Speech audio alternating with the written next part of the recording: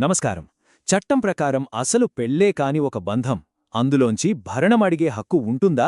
వినడానికి కాస్త వింతగా ఉన్నా ఈ ప్రశ్న మన న్యాయ వ్యవస్థను కొన్ని దశాబ్దాలపాటు ఒక చిక్కుముడిలా చుట్టుకుంది. మరి సుప్రీంకోర్టు ఆ ముడిని ఎలా విప్పిందో చూద్దాం. ఈరోజు మనం ఒక ముఖ్యమైన చట్టపరమైన అంశం గురించి చర్చించుకోబోతున్నాం. సుఖ్దేవ్ సింగ్ వర్సెస్ సుఖ్బీర్ కౌర్. ఈ కేసులో సుప్రీంకోర్టు ఒక చారిత్రాత్మక తీర్పిచ్చింది. అసలు విషయమేంటంటే, చట్టప్రకారం చెల్లని అంటే ఒక శూన్య వివాహంలో భార్య లేదా భర్త భరణం కోరవచ్చా లేదా? ఈ కీలకమైన ప్రశ్న చుట్టూనే ఈ కేసు నడిచింది. ఆ వివరాల్లోకి వెళ్దాం. ఇక్కడే అసలు చిక్కుముడుంది. ఆలోచించండి, ఒక వివాహం చట్టం దృష్టిలో అసలు ఎప్పుడూ జరగనట్లే అని కోర్టు తీర్పు చెప్తే, మరి ఆ బంధం ఆధారంగా భరణం పొందే హక్కు ఎలా వస్తుంది? ఇది చాలా సంక్లిష్టమైన ప్రశ్న. దీనికి మన సుప్రీంకోర్టు ఏ విధంగా సమాధానం చెప్పిందో ఇప్పుడు చూద్దాం. ఈ తీర్పును మనం పూర్తిగా అర్థం చేసుకోవాలంటే ఒక పద్ధతి ప్రకారం వెళ్దాం. ముందుగా అసలు ఈ కేసేంటి, దీని నేపథ్యం ఏంటి అని చూద్దాం. ఆ తర్వాత ఈ విషయంపై ఇంతకు ముందున్న చట్టపరమైన గందరగోళమేమిటో పరిశీలిద్దాం. అప్పుడు సుప్రీంకోర్టిచ్చిన స్పష్టమైన తీర్పును విశ్లేషించి చివరగా ఈ తీర్పు మన సమాజంపై ఎలాంటి ప్రభావం చూపుతుందో చర్చిద్దాం. సరే, మొదటి అంకంలోకి అడుగు పెడదాం. సుఖ్దేవ్ సింగ్ వర్సెస్ సుఖ్బీర్ కౌర్. అసలు ఈ కేసు కథేంటి, దీనికి దారితీసిన పరిస్థితులేంటి, ఆ వివరాల్లోకి వెళదాం. ఈ కథ సుఖ్దేవ్ సింగ్, సుఖ్బీర్ కౌర్ల వివాహంతో మొదలవుతుంది. అంతా బాగానే ఉంది అనుకుంటున్న సమయంలో ఒక కీలకమైన నిజం బయటపడింది. ఏంటంటే, సుఖ్బీర్ కౌరుకు అప్పటికే చట్టబద్ధంగా ఇంకో వివాహం జరిగి ఉంది. హిందూ చట్టం ప్రకారం ఇది ద్విభార్యత్వం, అంటే బిగమీ అన్నమాట. ఇది నేరం. దీంతో ట్రయల్ కోర్టు వారి వివాహం మొదటినుంచే చెల్లదు, అది శూన్యమని ప్రకటించింది. ఇక్కడే అసలు కథ మొదలైంది. వివాహమే చెల్లనప్పుడు తనకు భరణం కావాలని సుఖ్బీర్ కౌర్ కోర్టును ఆశ్రయించింది. సుప్రీంకోర్టు ఈ కేసును చేపట్టడానికి ముందు ఈ అంశంపై దేశవ్యాప్తంగా వివిధ కోర్టులలో ఒక రకమైన గందరగోళం నెలకొని ఉంది. ఎందుకంటే మన చట్టాలు, అలాగే పాత తీర్పులు ఒకదానికొకటి పొంతన లేకుండా ఉన్నాయి. ఆ సందిగ్ధతేంటో ఇప్పుడు చూద్దాం. ముందుగా శూన్య వివాహం అంటే ఏంటో స్పష్టంగా తెలుసుకుందాం.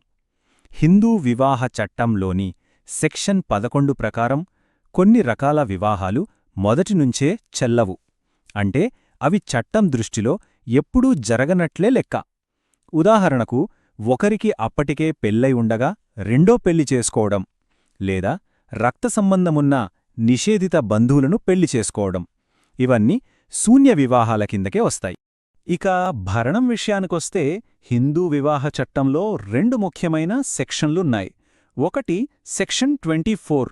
ఇది కేసు నడుస్తున్నప్పుడు తాత్కాలికంగా ఇచ్చే భరణం గురించి చెబుతుంది. రెండోది సెక్షన్ 25. ఇది శాశ్వత భరణం గురించి చెబుతుంది. ఇక్కడే ఓ చిక్కుంది. సెక్షన్ 25 ఏం చెప్తుందంటే, కోర్టు ఏదైనా డిక్రీ జారీ చేశాకే శాశ్వత భరణం ఇవ్వొచ్చు. ఆ రెండు పదాలు, ఏదైనా డిక్రీ, ఈ మొత్తం కేసు భవిష్యత్తును నిర్ణయించాయి. ఈ చట్టంలోని గందరగోళానికి ఈ స్లైడే నిదర్శనం. గతంలో కొన్ని కోర్టులు చంద్ ధావన్ లాంటి కేసుల్లో శూన్య వివాహంలో కూడా భరణం ఇవ్వొచ్చని తీర్పిచ్చాయి. కాని అదే సమయంలో యమునాబాయి లాంటి కేసుల్లో కొన్ని కోర్టులు అసలు భరణం ఇవ్వకూడదని తీర్పు చెప్పాయి. అంటే ఒకే దేశం, ఒకే చట్టం, కాని తీర్పులు మాత్రం భిన్నంగా ఉన్నాయి. ఈ అనిశ్చితికి ఒక ముగింపు పలకాల్సిన అవసరం స్పష్టంగా కనిపించింది.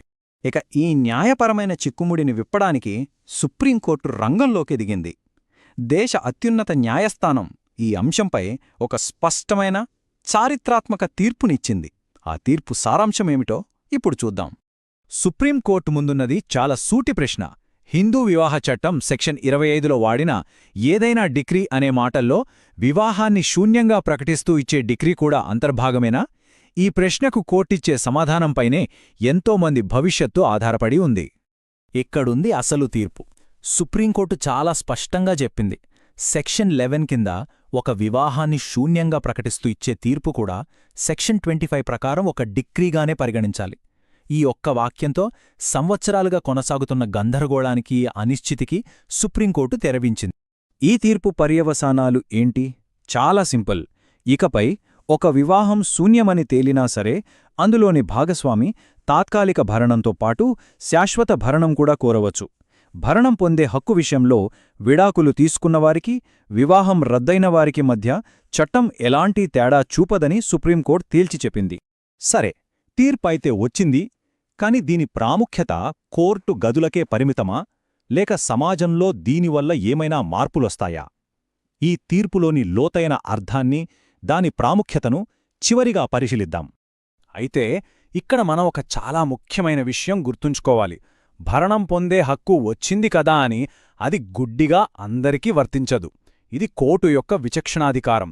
అంటే ప్రతి కేసులోని పరిస్థితుల్ని బట్టి కోర్టు తన విచక్షణ ఉపయోగించి నిర్ణయం తీసుకుంటుంది. మరి ఈ విచక్షణాధికారం ఆచరణలో ఎలా పనిచేస్తుంది? కోర్టు ముందుగా కేసులోని వాస్తవాలను క్షుణ్ణంగా పరిశీలిస్తుంది. ఆ తర్వాత ఇద్దరి ప్రవర్తనను కూడా పరిగణనలోకి తీసుకుంటుంది. ఉదాహరణకు, ఒక సంబంధం చట్టవిరుద్ధమని ఇద్దరికీ తెలిసి కూడా అందులోకి ప్రవేశిస్తే అలాంటి సందర్భాల్లో కోర్టు భరణాన్ని నిరాకరించవచ్చు.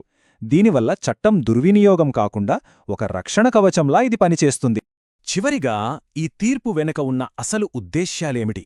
ఇది కేవలం చట్టంలోని పదాలను వ్యాఖ్యానించడం మాత్రమే కాదు. దీని వెనుక పెద్ద లక్ష్యాలు ఉన్నాయి.